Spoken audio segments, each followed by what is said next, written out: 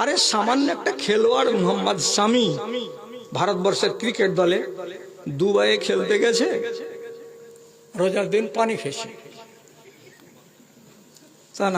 মুর্শিদাবাদের একটা আলেম আর অন্যান্য জায়গায় আলেম বলছে, হ্যাঁ সারা একটা মুসলমান রোজার দিন এরকম করে লক্ষ লক্ষ মানুষের সামনে এরকম করে বোতল পানি খেয়ে নিল।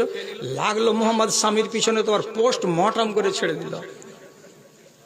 আমি বলছি একটু দয়া কর রে আলেমের বেটা আলেম।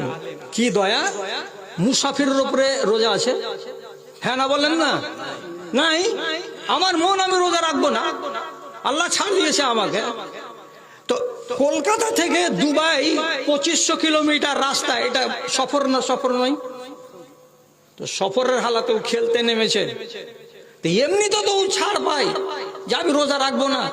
আর তার উপরে কোচের উপর থেকে ডাঁট আছে যে তোর গতি হতে হবে 96 কিলোমিটার বেগে, বল মারতে হবে আর দিয়ে নিউজিল্যান্ডকে উড়াতে হবে, ভারতকে টস আনতে হবে, সিল আনতে হবে। আর যদি দুর্বলতা দেখতে পাওয়া যায় তো দল থেকে আউট। তুই রোজা রাখবি আর খেলবি? তো তার অত ক্রেডিট নিয়ে চিন্তা। তো একটু শরীয়তের ছাড় আছে যে আমি বিদেশি মুসাফির, আর তার উপরে ওর উপরে বল প্রয়োগ করা হয়েছে, সেই ক্ষেত্রের মানুষটাকে তো মাপ দিতে কেউ রাজি নয় ভারতবর্ষের আলেমেরা।